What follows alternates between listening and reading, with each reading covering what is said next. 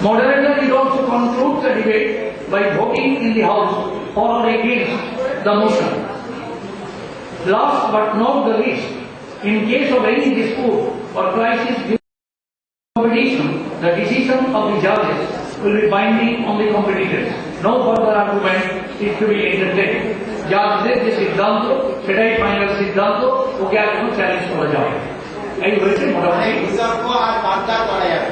আর কিছু এটা নিয়ে কিছু বলা যাবে না, যা হবে ওইটাই যে ডিসিশন হবে। তা আমি বসার জায়গা থেকে আমি এই ডিবেট শুরু হোক এটা চাইছি।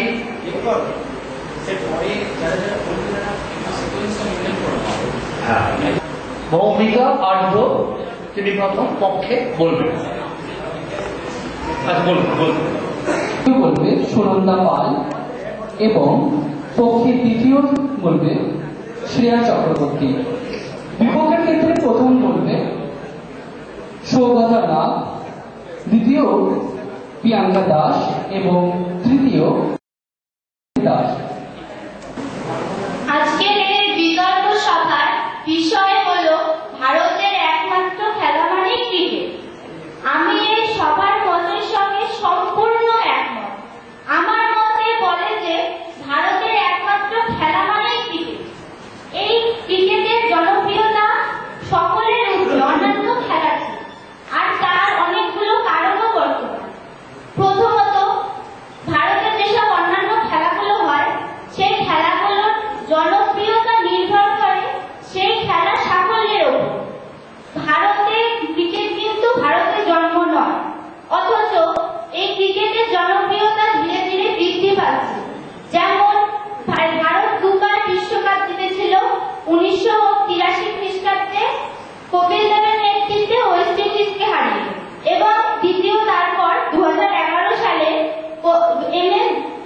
MS ধোনির নেতৃত্বে ওই শ্রীলঙ্কাকে হারিয়ে। এবং এই বিশ্বের দরবারে আমাদের ভারতের মুখ উজ্জ্বল করেছে একমাত্র খেলা ক্রিকেট। এবং সচিন তেন্ডুলকর আজ আমাদের ভারতের একমাত্র পরিচয়। দ্বিতীয়ত, এই ক্রিকেটের মাধ্যমে অনেক একজন খেলোয়াড় নিজের অর্থনৈতিক অবস্থাটাকে আরো উন্নত করতে পারছে, এবং এই ক্রিকেটের মাধ্যমে প্রচুর অর্থ ও সম্মান উপার্জন করা যায়, তা অন্যান্য খেলার পক্ষে কোনো মতেই সম্ভব নয়। এবং এই খেলার যেমন নতুন নতুন, কারণ এই খেলার অনেক প্রচুর স্পন্সর পাওয়া যায়, এবং ভারতবর্ষে যেসব টুর্নামেন্টগুলো বড় বড় টুর্নামেন্টগুলো হচ্ছে তার মধ্যে বর্তমানে অন্যতম IPL, এই খেলার আরো সুযোগ সুবিধা বৃদ্ধি পাচ্ছে। তৃতীয়ত, এই ক্রিকেট খেলাটি কোন দেশ থেকে সৃষ্টি হয়েছে তা বড় কথা নয়, ঠিক কোনো একটি খেলা অন্য দেশ থেকে সৃষ্টি হতেই পারে, তা বলে আমরা সেটিকে কি নিজের মতো করে নেওয়ার কোনো অধিকার নেই। এবং এই খেলাটি আমাদের বিশ্বের একমাত্র খেলা রূপে পরিচিত হয়েছে। চতুর্থত, এই খেলাটি আরো নতুন নতুন দেশ যেমন UAE, আয়ারল্যান্ড, স্কটল্যান্ড বর্তমানে 2015-তে অংশগ্রহণ করতে পারছে, এবং এটি আমেরিকা ও চীনেও একটি জনপ্রিয় খেলা হিসাবে পরিচিত হয়েছে। পঞ্চমত, এই ক্রিকেট খেলাটি একটি অত্যন্ত সুশৃঙ্খল একটি খেলা। এর ফলে আমাদের বর্তমান সমাজে দাঁড়িয়ে এই শৃঙ্খলতার খুবই প্রচন্ড অভাব, ভীষণভাবে অভাব। সেটিকে এই ক্রিকেট খেলার মাধ্যমে যদি একটু চেষ্টা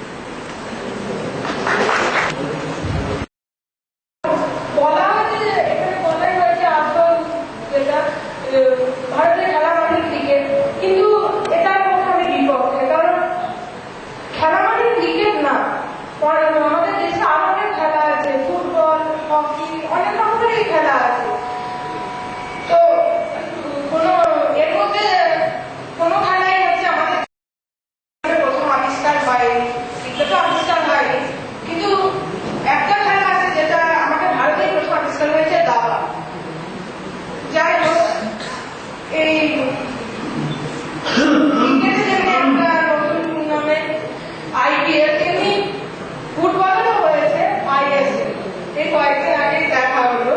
তো এই লোকে অনেক মানুষই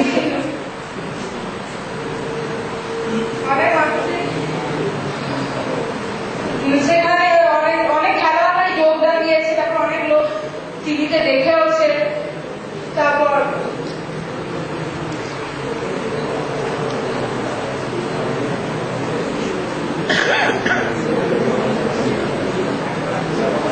এছাড়া ভারতে প্রথম কথা এই ক্রিকেট খেলা হচ্ছে একটা আর সবাই মানে বাণিজ্যিক ভাবে নিচ্ছে।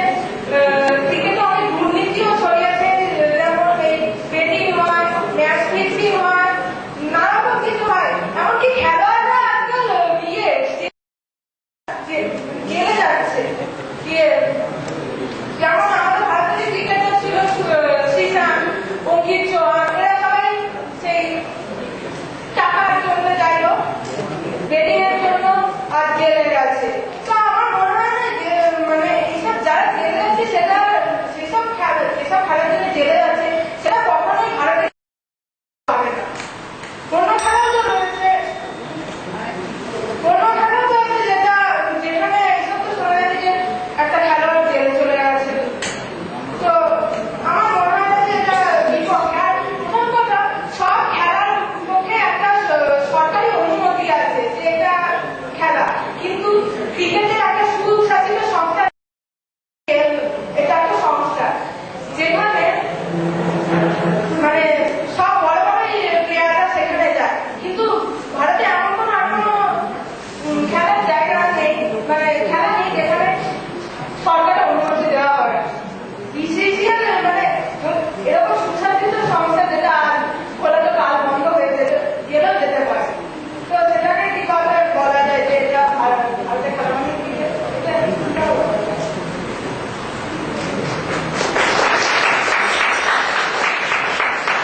দ্বিতীয় বক্তা সুনন্দা পাল। সেটা আমরা জানি 2011 সালেও ভারত বিশ্বকাপ জন্মায় এবং 1938 সালে